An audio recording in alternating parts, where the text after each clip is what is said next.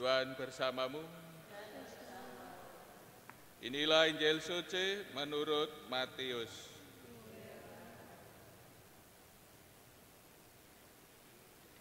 Dalam khotbah di bukit, Yesus berkata, "Janganlah kalian menyangka bahwa aku datang untuk meniadakan hukum Taurat atau kitab para nabi. Aku datang bukan untuk meniadakannya, melainkan untuk menggenapinya. Karena aku berkata kepadamu, sungguh selama belum lenyap langit dan bumi, satu iota atau satu titik pun tidak akan ditiadakan dari hukum Taurat sebelum semuanya terjadi. Karena itu siapa yang meniadakan salah satu perintah Taurat, sekalipun yang paling kecil, dan mengajarkannya demikian kepada orang lain, ia akan menduduki tempat yang paling rendah di dalam kerajaan surga. Tetapi siapa yang melakukan dan mengajarkan segala perintah Taurat, ia akan menduduki tempat yang tinggi di dalam kerajaan surga." Demikianlah sabda Tuhan.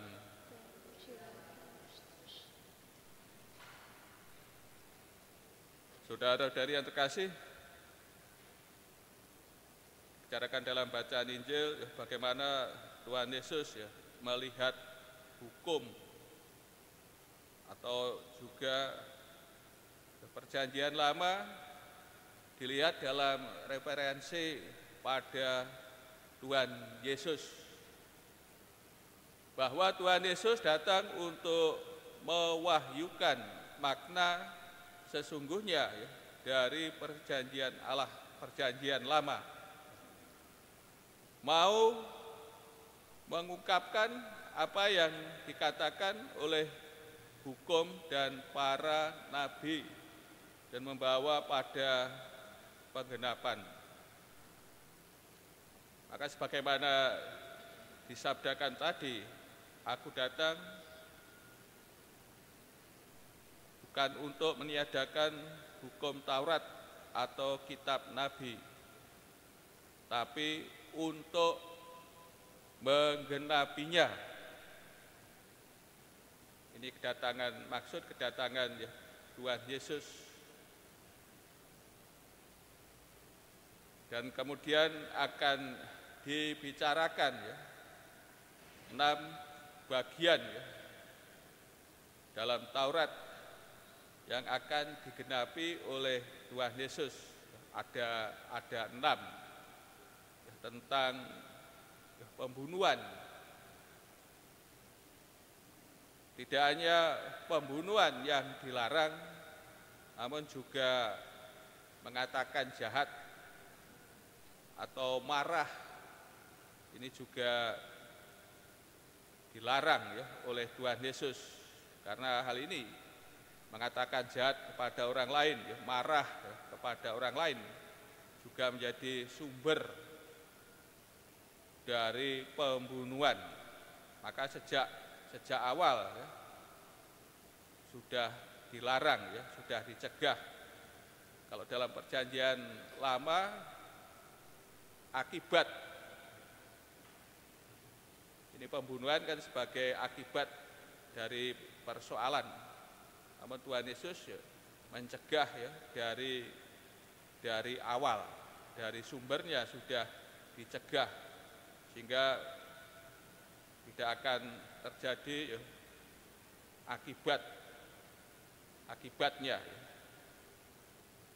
Juga mengenai perzinahan, perceraian, pembalasan, mengenai sumpah,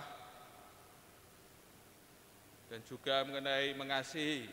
Mengasihi tidak hanya mengasihi sama, namun juga Tuhan Yesus mengajarkan mengasihi musuh. Maka di sini kedatangan Tuhan Yesus untuk menggenapinya, membawa pada arah yang sempurna.